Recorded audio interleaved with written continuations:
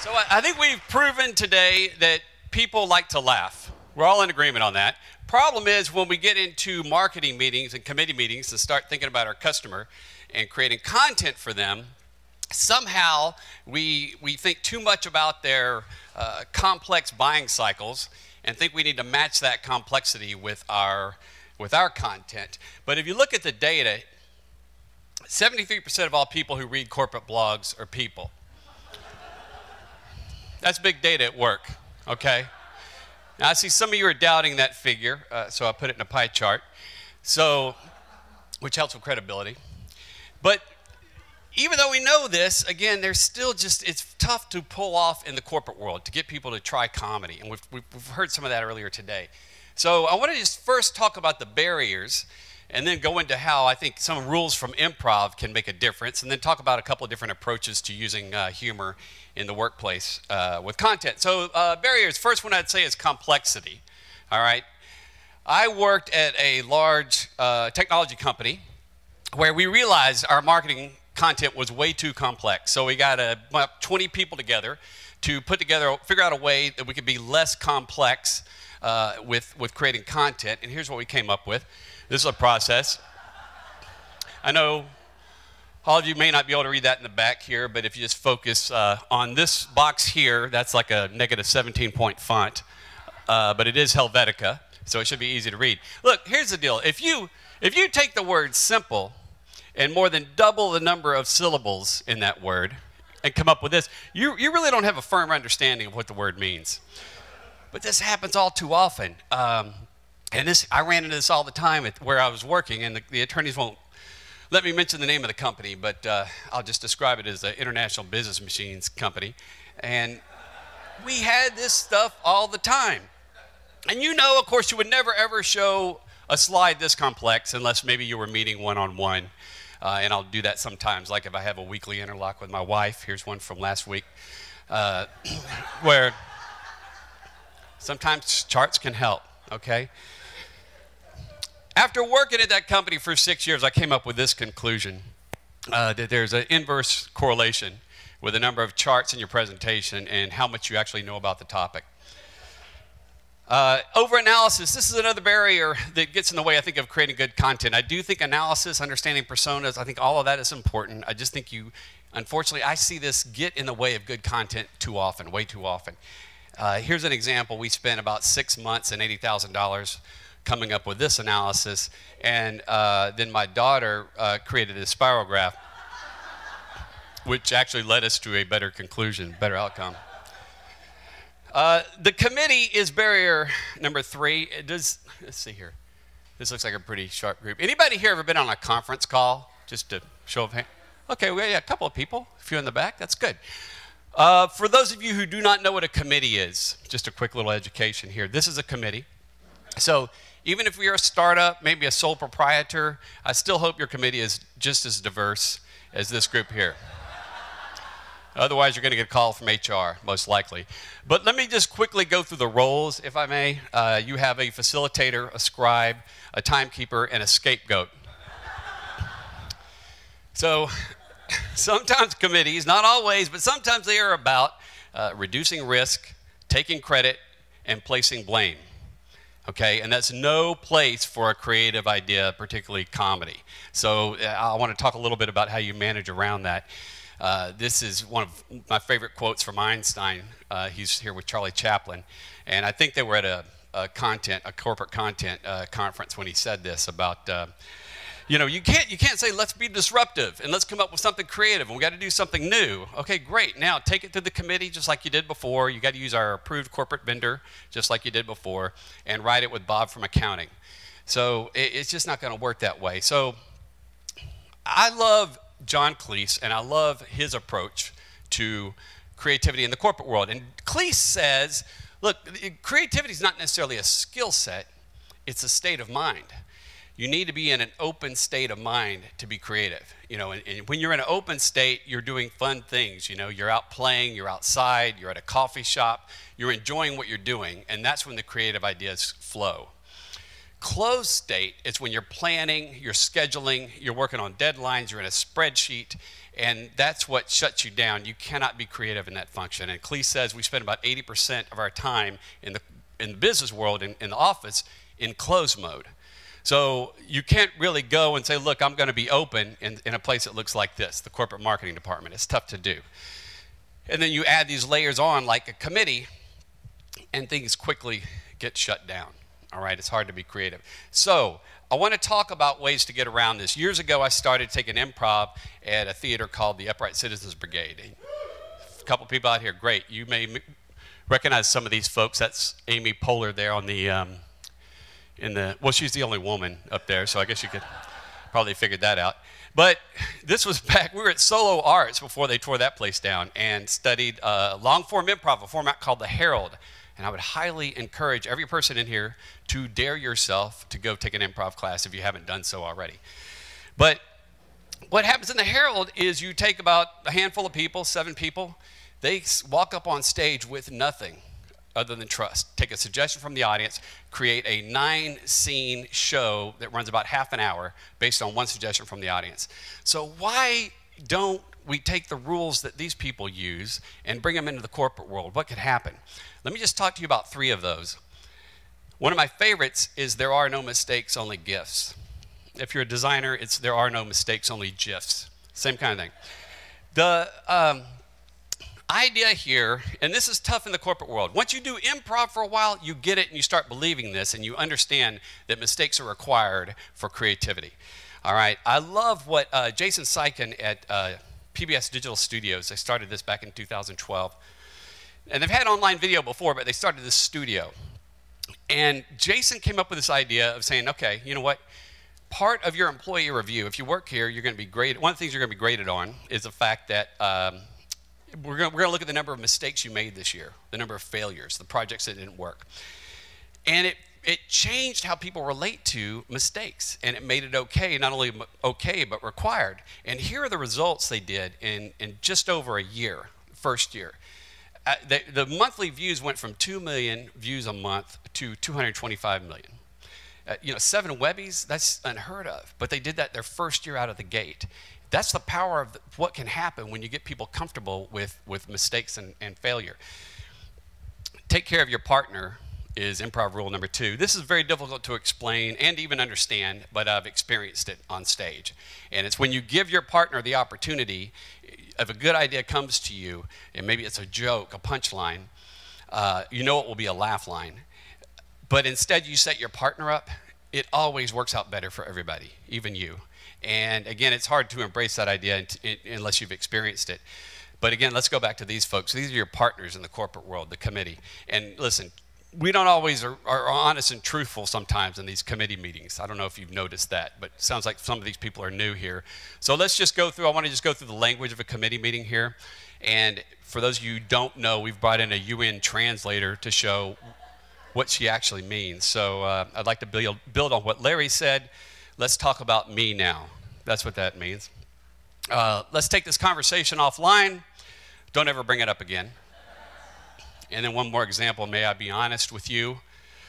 Until this moment, our relationship has been a lie. All right, so just be prepared for that. Here's the thing, there's all kinds of different hidden agendas, and in a committee meeting, there's personalities, there's politics.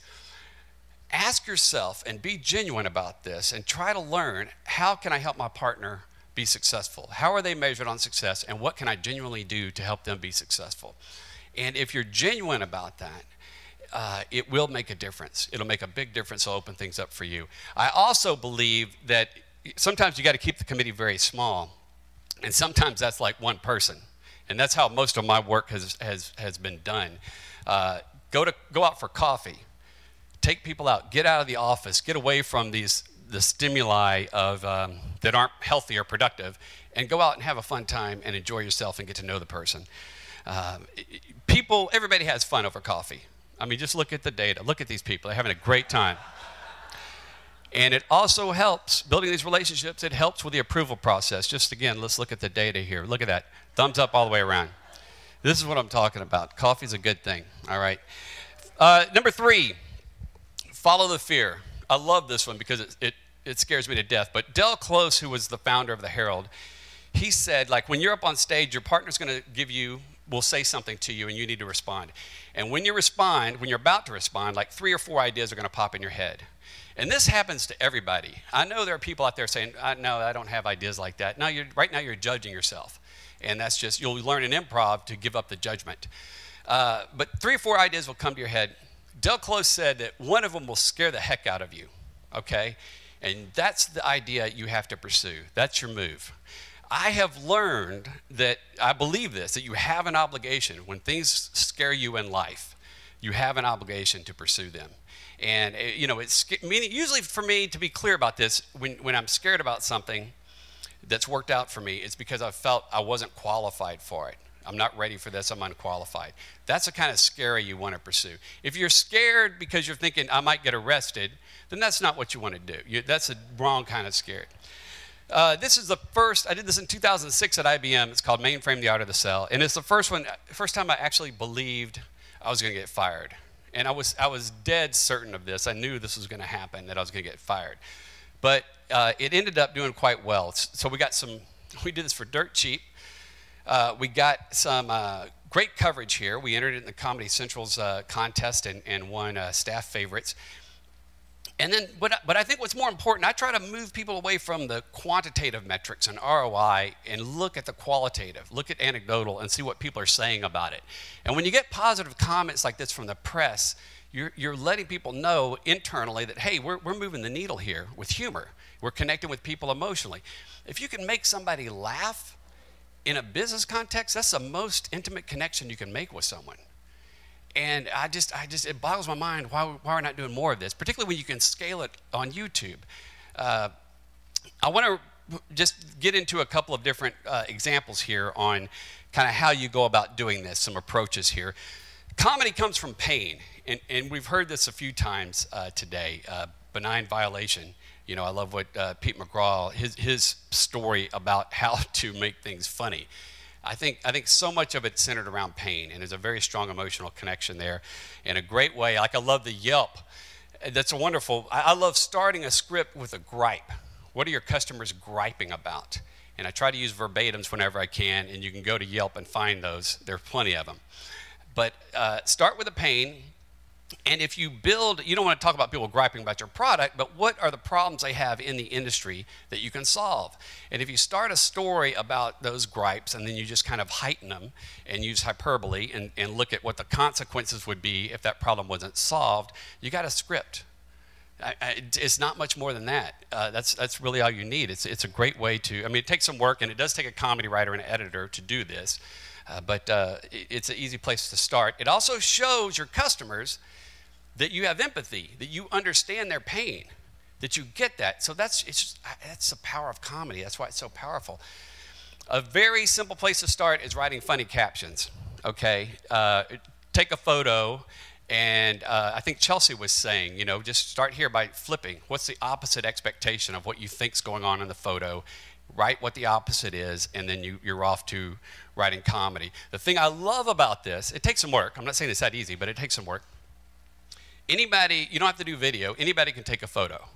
Any 3-year-old can take a photograph. And we were at Estes Park, actually not long ago, with my 3-year-old, and we were out looking at the elk, and he wanted to take the picture. We were out there, this majestic, beautiful Rockies in the background, and so my son took the photo, and he didn't quite nail it. He has most of the features figured out, just not the front and back of the camera, and that's all right. But to be fair, my boy's gifted, so most people can do a little better job than that.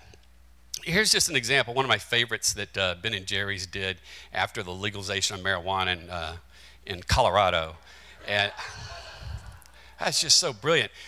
I look at this, and I can almost hear the stampede going into the 7-Eleven or whatever store it is. I just think it's genius what they've done. Customer interviews. Just start with this. Get out of the office. We did a CIO, we had a CIO summit.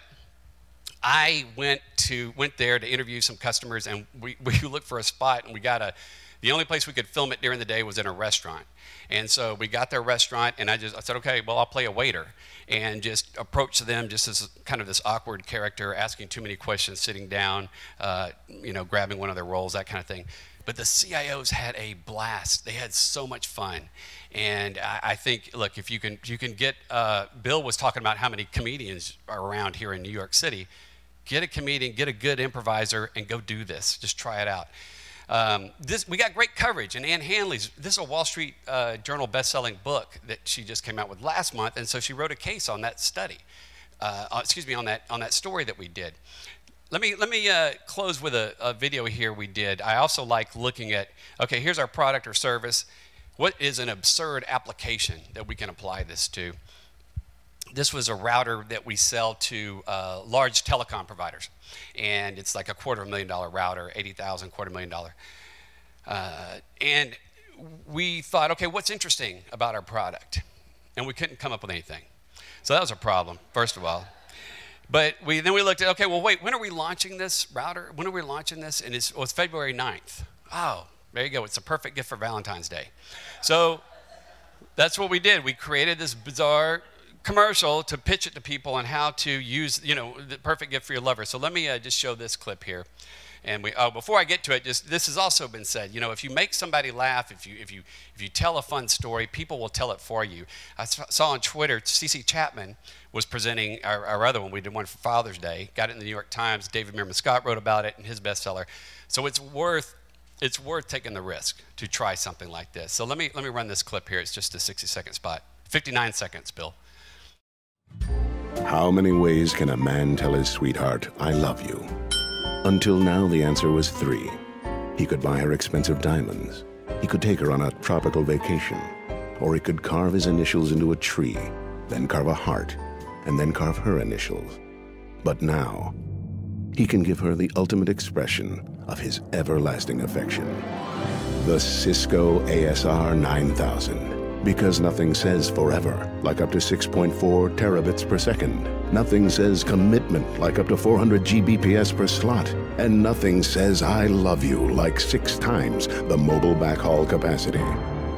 How many ways can a man say I love you? The answer is 4. The Cisco ASR 9000.